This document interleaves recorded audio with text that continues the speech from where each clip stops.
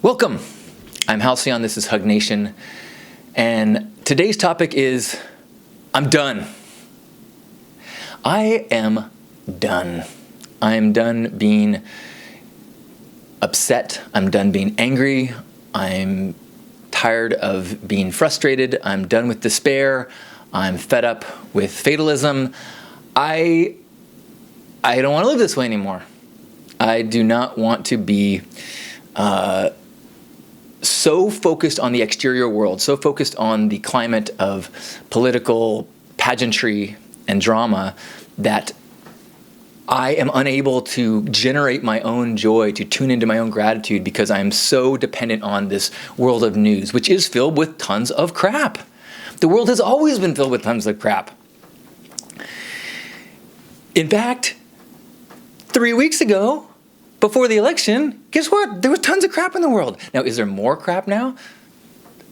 That's debatable. The issue is, at every point in your life, you have to find this balance between engagement and enough upset with what's wrong that you're in action, but not so upset that you're living in fear and frustration and anger and ick. It was like 6 months ago, I guess, that I wrote my first essay about political stuff and what's going on, and I felt like as much as I don't really like to get too engaged in politics, while I do always vote and try to pay attention as much as I can, and I try to consult with people that I trust, rather than get super into media, because as we've learned, you can decide what you're going to hear by what media you choose. You know, it's not like you can, I got to read the news so I stay informed. If you're choosing what news you read, you're not staying informed, you're affirming your bias. Anyway, that's not what I want to talk about. So I wrote my first public essay, and I felt like there's so much at stake that I need to be involved. I need to, if there's someone out there that's undecided, but trust me, I need to at least say, hey, there are rights at stake that I think are very important. There are things that are being dismissed about civil rights, about privacy, about the environment that are core to my identity as an American. And so if you are undecided or you don't think it matters, let me say why I do think it matters. And once I stepped into the arena, it was over. Then I was in this battle, this fight, this ongoing conversation that for the most part is civil, and for the most part people that are listening and talking with me agree with me. But there's two things that happen. If you agree with me, you keep giving me more evidence and reasons to be upset. And if you disagree with me, you create this like conflict and wall that just, builds up. And there's so rare, a few situations where someone was undecided and said, you know what, you convinced me that I should vote. And if we can just make one person vote, maybe. But over the course of these last 6 months, I feel like by and large, what I've experienced is the idea of fighting for what you believe in did not make any harm, and did not convince anyone. Things that you think are the tools by which we will make change and change minds and sway people and convince people, we now know do not work. Things like facts, things like logic. These are no longer the hammer and wrench that we can use to adjust people's perceptions and adjust our political landscape. We now know that any sort of debate just makes the chasm wider. So, and I know there are people out there that might see a certain video that changes their mind, but most people, as they watch anything, as they read anything, we are so wrapped up in our cognitive bias that you hear things that you agree with, and you go, yep, and you see things and you hear things that you don't agree with, and you go, they didn't understand, or they misread that, and if you think that is a sign of weakness, or you think that is kind of some trait of lack of intelligence or poor reading skills, or it is the way our brains work. I really wish that our education system had a value on creating, free-thinking, active, engaged citizens. If that was the case, if that's really what we wanted in the world instead of consumers, and I'm not blaming teachers, I'm saying this systematically, this is massive thing that's happening. But if we really as a country wanted free thinkers, if we wanted people to grow up to be the next founding fathers, we would put so much emphasis on things like cognitive bias and make sure that people understand how the brain works, how arguments works, how debate works, how the limitations of how our memory works, and how, I'll admit I never read the WikiLeaks emails because I did not have this motivation to change my mind. I had this internal, partially conscious, a lot of it subconscious, desire to feel good about what I already believed in. And everybody was in that same boat. So as I'm reading and learning more and more things that say, yes, there's rights at stake, there's potential racism, there's bigotry. And as I'm super focused on the values issues that are going on and how this is an atrocity, there's other people that are super focused on immigration and jobs, and they're getting more and more and more evidence that are inflating this.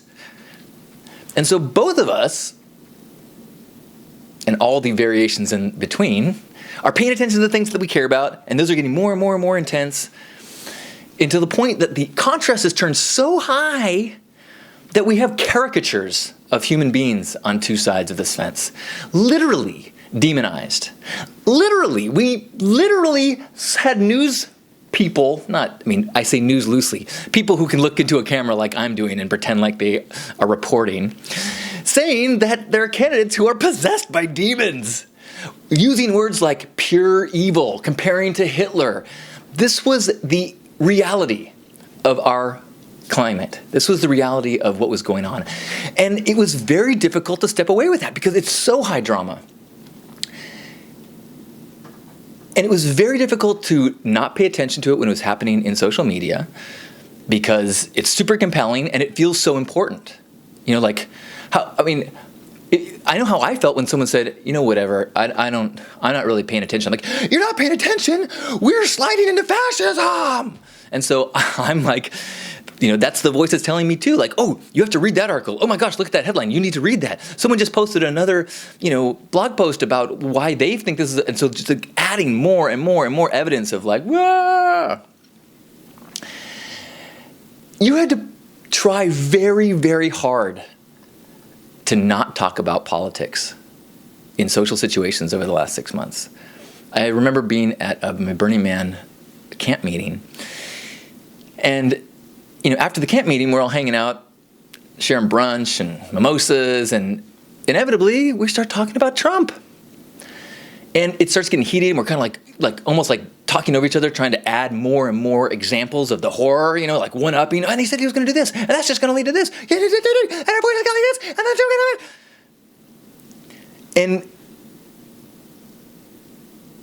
I had this suddenly I could see this scene, and I stepped out of myself wait a minute. Yes, there is this sick feeling of righteous indignation.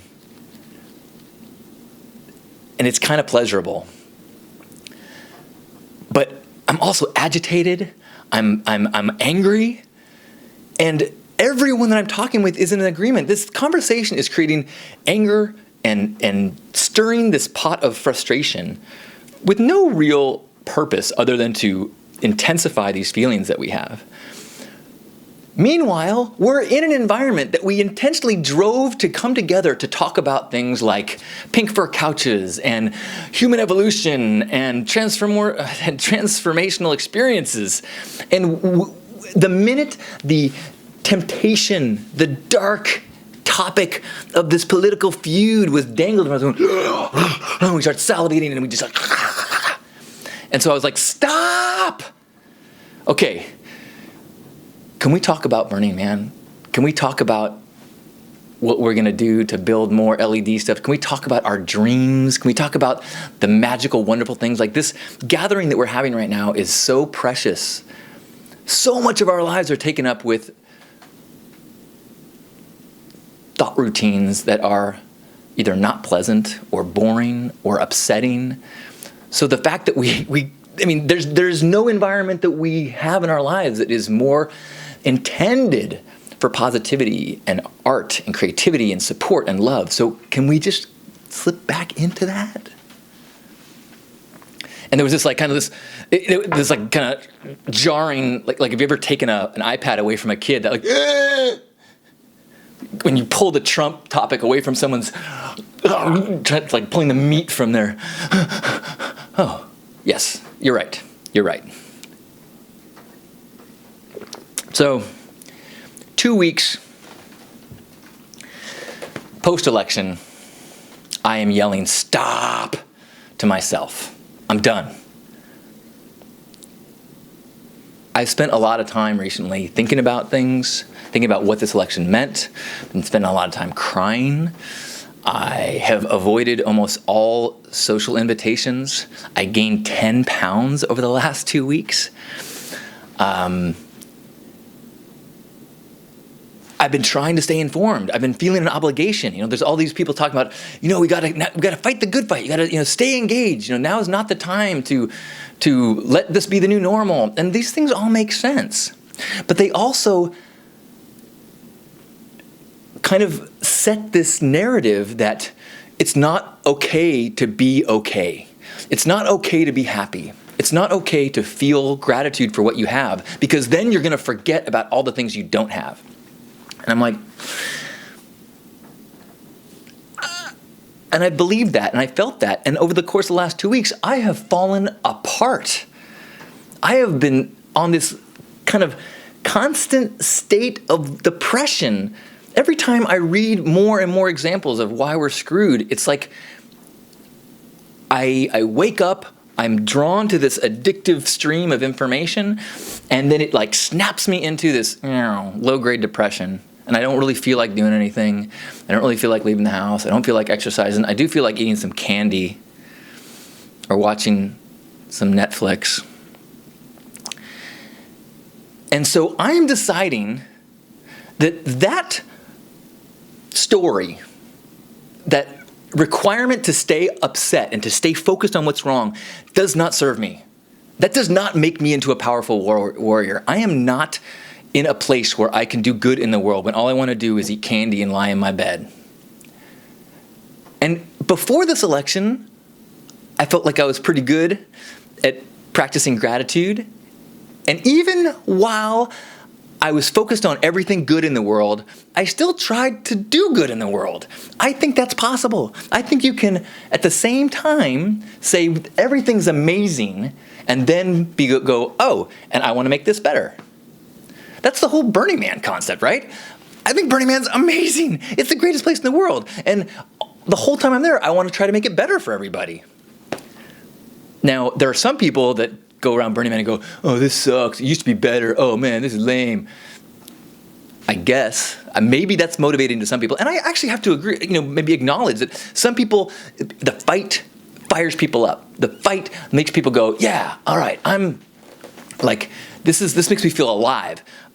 Gearing up for a fight makes me feel like,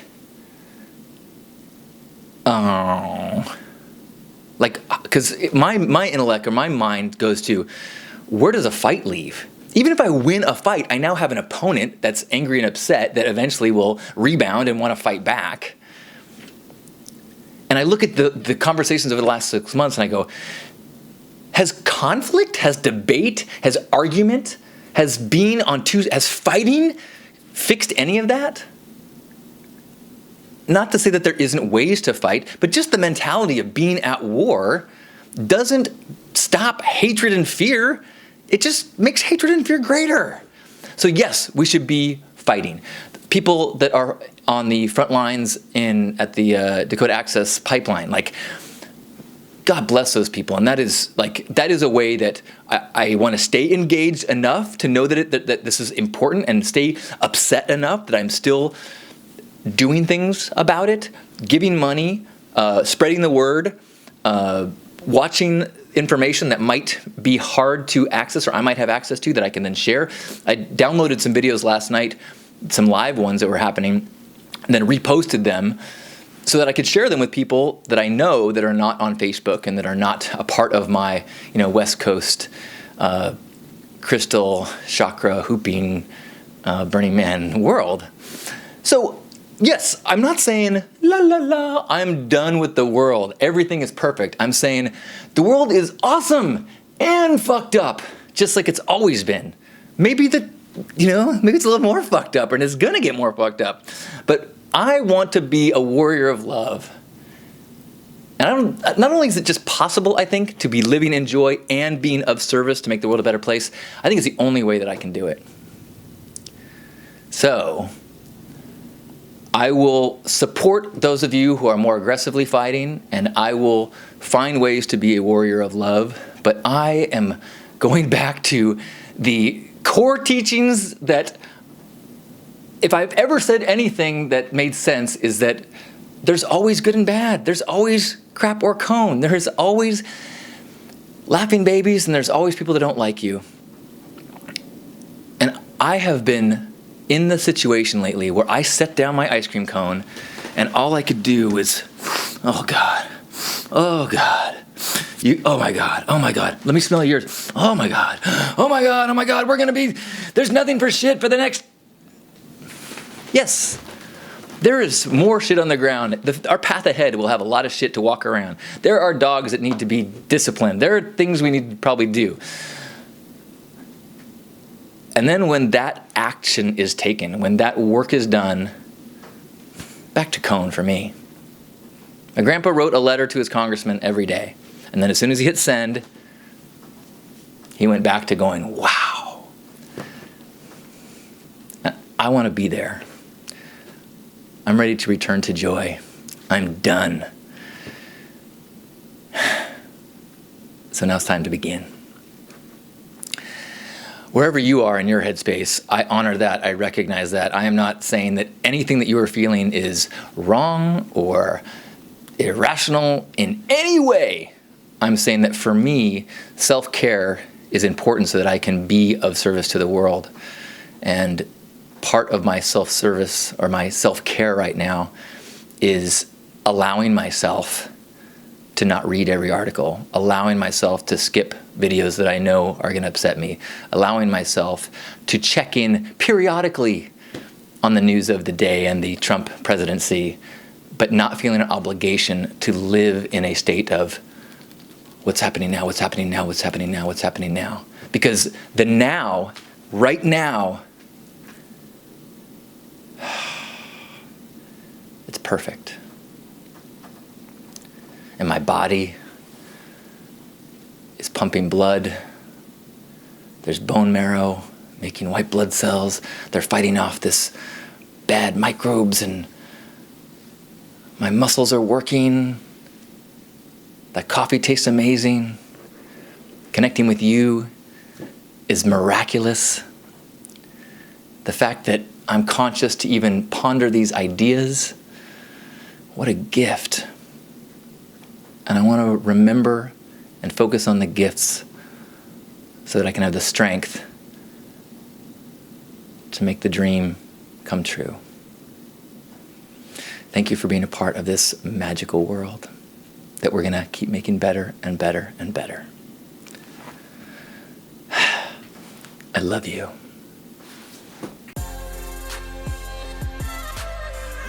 So wherever you are, grab yourself by the shoulders.